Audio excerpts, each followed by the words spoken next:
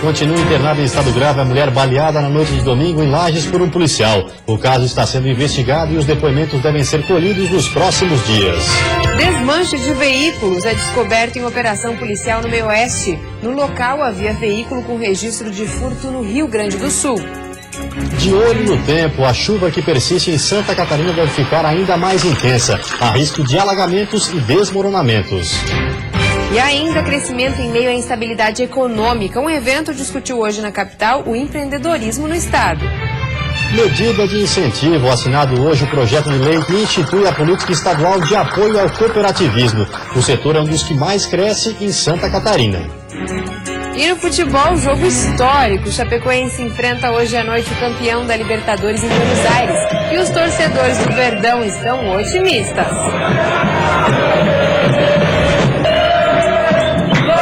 O Band Cidade desta quarta-feira já está no ar.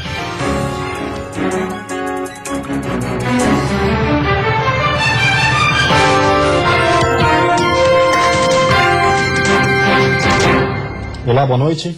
Olá, boa noite. Com a influência do El Niño, os meteorologistas já sabiam que esta primavera seria chuvosa. Mas com um curto intervalo entre as chuvas, a margem de manobra é reduzida e a Defesa Civil mantém estado de alerta para várias regiões do estado. O guarda-chuva virou item indispensável para os catarinenses. E neste mês de outubro, pelo que apontam as previsões, ele vai continuar sendo usado em todas as regiões do estado. A Defesa Civil permanece em alerta e reforça os pedidos de atenção. Com o solo molhado, aumentam os riscos de deslizamentos, além dos alagamentos que podem voltar a ocorrer. Toda a frente fria está entrando em formas de temporais, com granizo, com muito vento, como aconteceu ontem. E hoje, principalmente a região do Alto Vale do Itajaí, do Planalto Norte, a região de Canoinhas, Três Barras e também aqui no Planalto Sul, Otacílio Costa, são as regiões que nós temos alerta para inundação. No Alto Vale do Itajaí, região que mais preocupa, choveu nos últimos 30 dias incomparáveis 715 milímetros. Volume nunca registrado na história do estado. O secretário da Defesa Civil explica que as estratégias adotadas minimizaram os prejuízos. As barragens de Ituporanga, Taió e José Boatê permitiram controlar o fluxo da água. Os municípios também já estão preparados para o caso do registro de emergências. Nós temos feito vários trabalhos importantes, né? Identificação de áreas de risco nas cidades, então locais que alagam sempre. As pessoas não podem mais morar ali, né? Qualquer chuvinha está alagado. Então tem que ter essa sensibilidade da ocupação dos municípios. E o governo do estado fez programas para isso. Até o momento, 19 municípios tiveram alguma ocorrência em virtude das chuvas. De ontem para hoje, ventos fortes também atingiram 12 cidades catarinenses. O monitoramento constante indica que a chuva deve perder força nesta madrugada, mas volta a ficar intensa nesta quinta-feira à tarde. O maior risco de alagamento está no Vale do Itajaí e no Planalto Norte. Em Ituporanga, o rio Gabiroba transbordou e várias inundações foram registradas no centro da cidade. Os rios em Taió, Laurentino e Rio do Sul estão em cota de emergência e em Rio do Oeste em cota de alerta. Com os volumes acima da média, toda a atenção é pouca.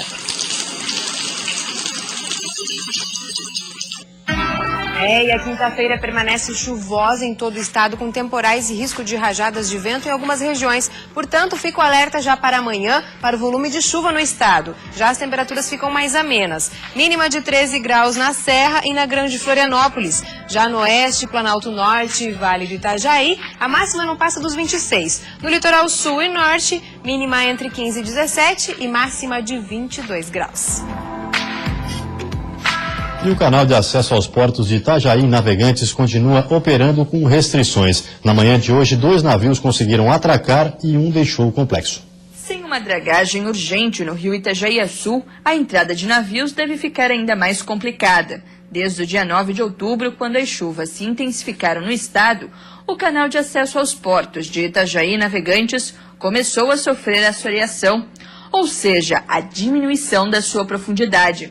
Se nada for feito, a movimentação de navios estará comprometida.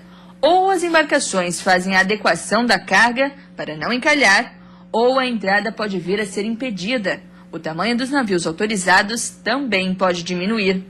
Uma comitiva formada por representantes portuários e empresários está em Brasília. O grupo quer a dragagem emergencial do canal de acesso ao complexo portuário. O contrato com a empresa que realizava a dragagem foi suspenso há um mês. O motivo, segundo as autoridades portuárias das duas cidades, teria sido o custo elevado do serviço, que chega a R$2 milhões por mês. Marinha e Praticagem continuam avaliando as condições da barra. Na terça-feira, as manobras foram novamente restringidas. A movimentação só pode ser feita quando a maré está enchendo. Na manhã desta quarta-feira, 2 navios conseguiram atracar e um deixou o complexo. Na semana passada, foi informada a possibilidade de um decreto de emergência, em decorrência das condições do complexo. O documento ainda está em análise. Câmara de Vereadores de Lages define data e horário da sessão que vai julgar o pedido de impeachment do prefeito Eliseu Matos. A Câmara marcou para a próxima sexta-feira, dia 23, às 8 horas da manhã, a sessão extraordinária que vai definir o futuro do prefeito. Ontem, a Comissão Parlamentar Processante entregou ao presidente do Legislativo Municipal o relatório final das investigações, que vai embasar a decisão dos vereadores. Para que o prefeito seja cassado, é preciso que 13 dos 19 vereadores votem a favor. A defesa de Eliseu e os vereadores vão poder se manifestar antes de iniciar a votação. O prefeito é acusado de desvio de dinheiro público e fraudes em licitações na Secretaria de Águas e Saneamento da cidade. Eliseu chegou a ficar afastado do cargo e ainda ficou detido por 3 meses no batalhão da Polícia Militar. E a seguir, desmanche de veículos é descoberto em operação policial no Meio-Oeste. E ainda continua internada em estado grave a mulher que foi baleada na noite de domingo em Lages por um policial.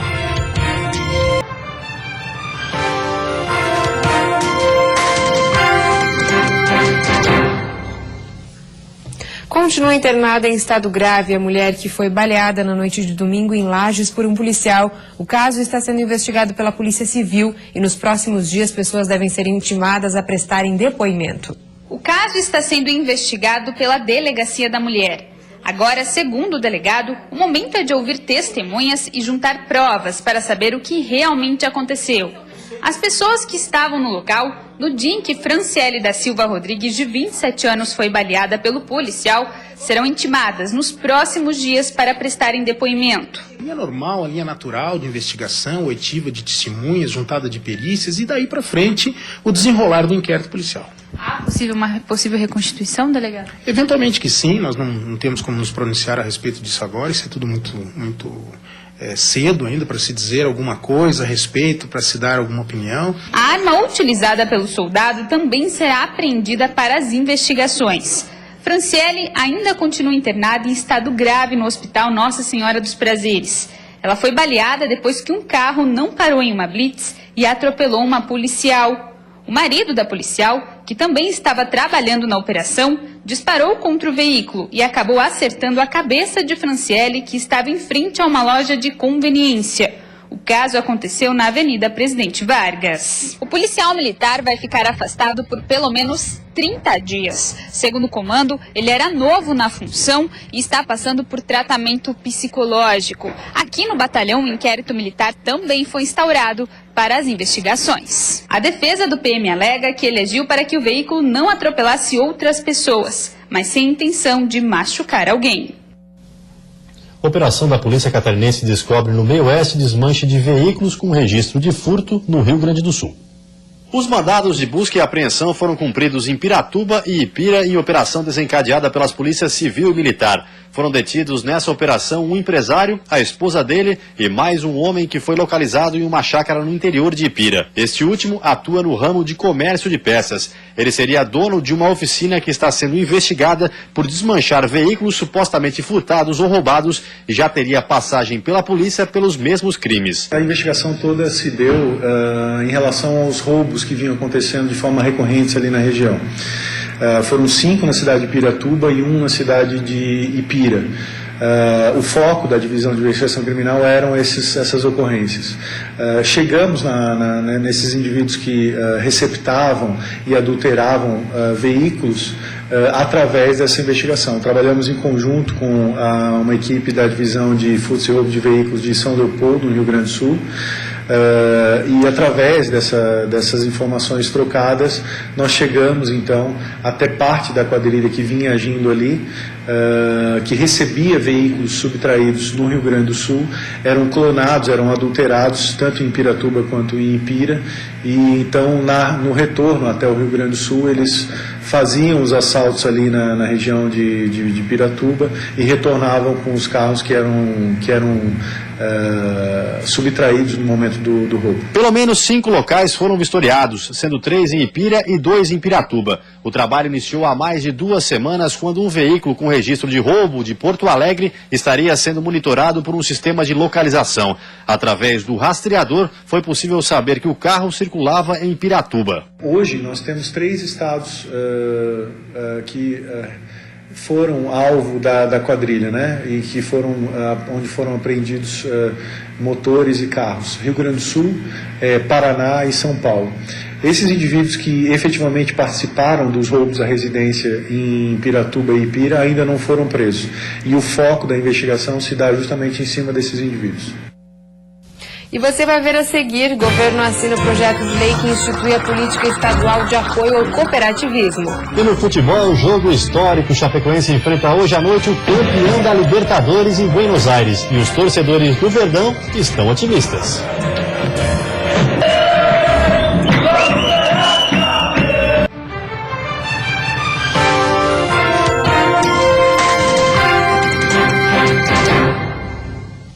Futebol, pela Série B, o Criciúma não conseguiu segurar o Bahia e perdeu em Salvador por 1-0. Veja como foi. Não deu pro Tigre fora de casa contra o Bahia. A pressão dos donos da casa foi grande desde o início do jogo. As principais chances foram dos baianos, que chegaram a abrir o placar no primeiro tempo, mas o gol foi anulado por impedimento. O Criciúma até chegou algumas vezes, mas sem assustar muito os donos da casa. Apesar da pressão, o Bahia pecava na hora de finalizar e quando acertava a mira, tinha um paredão chamado Luiz na sua frente. Só que aos 42 do segundo tempo, depois desse belo cruzamento, Chiesa conseguiu vencer o goleiro do Tigre e marcar o único gol da partida. Bahia 1, Criciúma 0. E agora vamos falar de Copa Sul-Americana, que hoje vai ter um jogo histórico para o Chapecoense. O Verdão do Oeste enfrenta o atual campeão da Libertadores em Buenos Aires. Tricampeão da Libertadores da América, incluindo a taça desse ano e atual campeão da Copa Sul-Americana. Uma torcida apaixonada, que lota o estádio Monumental de Núñez quando é convocada. Esse é o time que a Chapecoense vai enfrentar na noite de hoje. É claro que o tamanho do River Plate assusta, mas a Chape vai sem medo para o jogo de ida das quartas de final da Copa Sul-Americana, às 10 da noite, horário de Brasília. Isso porque há alguns aspectos a serem explorados. O momento de Los Milionários, como é conhecida a equipe de Buenos Aires, não é dos melhores. Nos últimos 6 jogos, o River conquistou apenas uma vitória, e dentro da própria Copa Sul-Americana, contra a LDU de Quito. Vindo de empate no Campeonato Argentino, em que o River ocupa a 8ª colocação, o técnico Marcelo Gallardo ainda tem que administrar a saída de alguns jogadores importantes. A jovem promessa no ataque do River, Lucas Alário, se recuperou de lesão, mas vai ser poupado para essa primeira partida. As apostas do treinador para garantir a vitória no Monumental de Núñez são o experiente meia Lúcio Gonzalez e o artilheiro do time, Rodrigo Mora. O zagueiro Jonathan Maidana fala em dar algo a mais do que o time vem mostrando nos últimos jogos para que a decisão em Chapecó seja mais tranquila.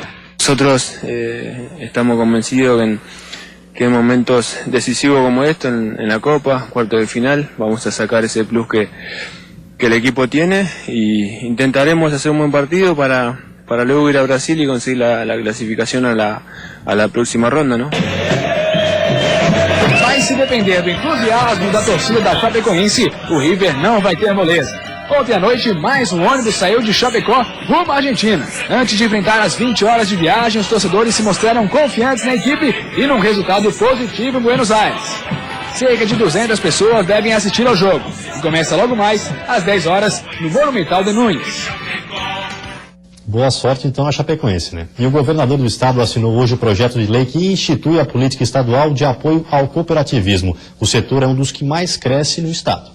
O projeto de lei que regula e institui a política estadual de apoio ao cooperativismo foi assinado hoje pelo governador e será encaminhado para aprovação da Assembleia Legislativa. A nova lei, construída em conjunto entre a Alesc, Governo do Estado e Sistema Cooperativista, traz a criação do Conselho Estadual do Cooperativismo, SECOP, vinculado à Secretaria da Agricultura e da Pesca, que terá a atribuição de propor ao Governo do Estado diretrizes de organização e incentivo às cooperativas catarinenses. Se aprovada, a proposta vai beneficiar, além do ramo agropecuário, o setor de crédito e transporte, por exemplo. Essa nova legislação, ela dá segurança, ela dá estabilidade, ela dá condições, né, de fazer uma programação a longo prazo. E ela teve na sua construção da lei, né, a colaboração de todos os melhores profissionais do governo, do sistema cooperativo e também os deputados da Assembleia. Então ela tem quase que um consenso, né? Ela consolida e protege um segmento que é fundamental para manter o modelo catarinense. É a forma de você ter o associativismo fortalecido e atuando em uma mesma direção. Segundo dados da Organização das Cooperativas do Estado, a OSESC, o cooperativismo em Santa Catarina sempre teve papel fundamental no desenvolvimento socioeconômico catarinense, além de ser um dos setores que mais crescem na economia do Estado, registrando um aumento de 383% no seu faturamento nos últimos 11 anos. Nós conseguiremos, de certa forma, padronizar as atitudes do cooperativismo junto ao governo do Estado e não discriminar mais, de certa forma, quem não seja sócio de cooperativa. E a seguir, tratamento para crianças com câncer deve começar a funcionar no dia 20 de dezembro a Oncologia Pediátrica em Chapecó. E ainda crescimento em meio à instabilidade econômica. Um evento discutiu hoje na capital o empreendedorismo no estado.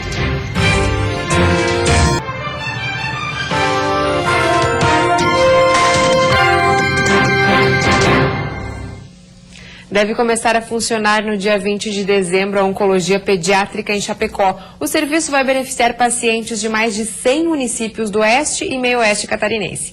Antes, esses pacientes precisavam se deslocar até Florianópolis ou Joinville para fazer o tratamento.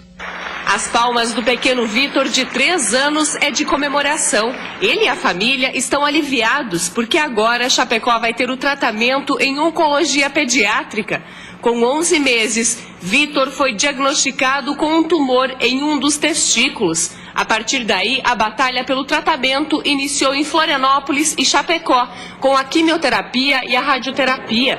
Mas agora a família está mais tranquila, porque não vai precisar ir até a capital para continuar o acompanhamento. Até mesmo a questão do acompanhamento, que ele vai ter mais 5 anos pela frente, que ele vai ter que acompanhar, ou, no caso, o resto da vida, mas com uma frequência maior para os próximos 5 anos. Então, assim, tendo aqui em Chapecó já vai ser um alívio, a gente poder sair de manhã cedo e ir lá, faz a consulta, ao meio-dia ele já está em casa, ele vai poder ficar com a família, não precisa ficar correndo para lá e para cá, então é muito bom isso. A gente não vai mais ter o transtorno de ficar viajando, né, pra lá. A gente espera que o atendimento daqui seja de qualidade, que nem o de lá também, né? O filho de seu Antônio também precisa ir para a capital. Ele teve leucemia, mas continua recebendo medicação. Com o tratamento em Chapecó, a família, que já passou por muito sofrimento, está mais tranquila. O sentimento é de que, dizer assim, vitória. O sentimento de que a pessoa, o homem, não se conhece, ele não sabe do que ele é capaz.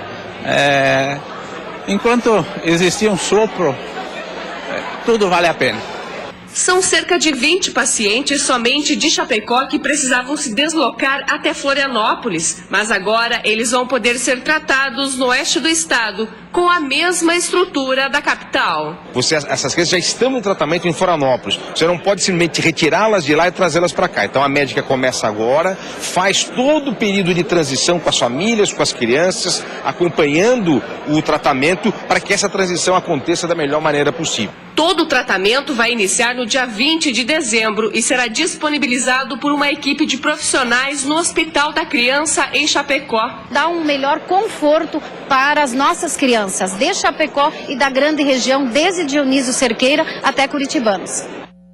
Uma unidade móvel do PROCON está percorrendo o estado. O objetivo é levar a diversas cidades informações sobre direitos e deveres. Nessa semana, o caminhão chegou a Joaçaba. Mostrar quais são os direitos das pessoas como consumidoras, essa é a tarefa do caminhão escola do PROCON que está percorrendo o estado. Essa semana ele chegou a Joaçaba com palestras e informações para os moradores e estudantes das escolas da rede pública. Eles são os multiplicadores, né? Eles vão passar para os pais quando tiver alguma situação em casa. A criança sabe que a criança sempre cobra o pai quando está fazendo alguma coisa errada ou quando, né, não sabe alguma situação. A criança repassa para o pai: ó, pai, funciona assim, o rapaz do PROCON lá falou assim. Então é importante começar pelas crianças, até porque eles vão começar a consumir planos de televisão por assinatura, internet, telefonia, essa coisa toda. E o consumidor, eu falo sempre, o consumidor bem informado, dificilmente ele vai ser lesado. E se for lesado, ele vai conseguir resolver seu problema com mais facilidade, visto ele tem muitas informações. Odara veio participar das atividades da Escola de Defesa do Consumidor. A estudante vai sair daqui sabendo mais sobre o que é dever e o que é direito na hora de comprar e vender. Eu aprendi bastante coisa. Por exemplo, eu não sabia o prazo que tinha de garantia. E eu vou chegar na minha casa e vou contar tudo para meus pais, porque tem muita coisa que eu também acho que eles não vão saber. Por exemplo, quando você vai na padaria comprar um pão, eles não podem falar que se você comprar o pão, você tem que pegar o leite também. Eu não sei se eles sabem isso, mas eu vou contar e falar o que eu aprendi para eles. A unidade móvel da Escola Estadual de Defesa do Consumidor funciona em um baú instalado dentro de um caminhão com abertura lateral, que por meio de um sistema hidráulico se transforma em sala de aula para a realização de palestras e treinamentos. A sala tem capacidade para 40 pessoas e é equipada com ar-condicionado, elevador de acessibilidade, copa, banheiro, secretaria, TV e sistema de audiovisual e material didático. Em Joaçaba, ele está instalado na Praça da Catedral até esta quinta-feira. O horário de atendimento e visita do público é da 1h30 até as 5h30 da tarde. Pesquisas apontam que no Brasil somente 5 em cada 1.000 ideias inovadoras conseguem ser lançadas com algum sucesso. Um evento na capital discutiu hoje o assunto. A ideia é estimular os empreendedores em Santa Catarina. O Inovar SC está na sua segunda edição e pretende discutir com os empresários do estado o processo de inovação, que representa a transformação ou a criação de um produto que pode agregar valor à empresa e despertar até novos interesses no mercado. Santa Catarina tem uma vocação criativa para a inovação. A gente observa isso quando olha para a própria capital do estado, né, que é considerada a capital da inovação, mas nem sempre inovar no contexto das empresas, no contexto corporativo, é algo simples. De acordo com especialistas, o ciclo de inovação depende de muita pesquisa, superação e investimento em projetos. As empresas que conseguem inovar garantem mais produtividade e melhor desempenho no mercado. Este evento vem para mostrar que é possível inovar mesmo diante do cenário econômico atual. Lançar um produto diferente neste contexto pode garantir aumento de lucro para as empresas. A dica que a gente dá para todos eles é: você precisa alinhar a estratégia da sua empresa com a inovação. Não é só a moda inovação, eu preciso fazer porque está todo mundo fazendo. A gente tem os questionamentos de por onde a gente começa. No entanto, a responsável pelo setor de inovação do Instituto Edivaldo Lodge alerta que é preciso saber por onde começar e ter ambição de negócios. Segundo ela, a inovação aparece como prioridade em 95% das empresas, mas apenas 1% delas se arriscam a pôr em prática o que foi planejado. Você precisa definir muito bem o que você quer em relação à inovação. Você pode fazer o que você já sabe e ir destinando o percentual do seu faturamento para investir em coisas que são completamente novas. Ou novas para a sua empresa, ou novas que no mercado nenhum está fazendo. Ninguém está pensando nisso. São as inovações radicais. E foi justamente a inovação que garantiu a esta empresa náutica espaço de destaque no mercado mundial. Nós somos reconhecidos mundialmente para ser uma empresa que define tendência, define materiais, define critério de vida a bordo e de styling dentro do mundo náutico. E você fica agora com o Jornal da Band. Uma ótima noite a todos e até amanhã. Uma boa noite para você. Até amanhã.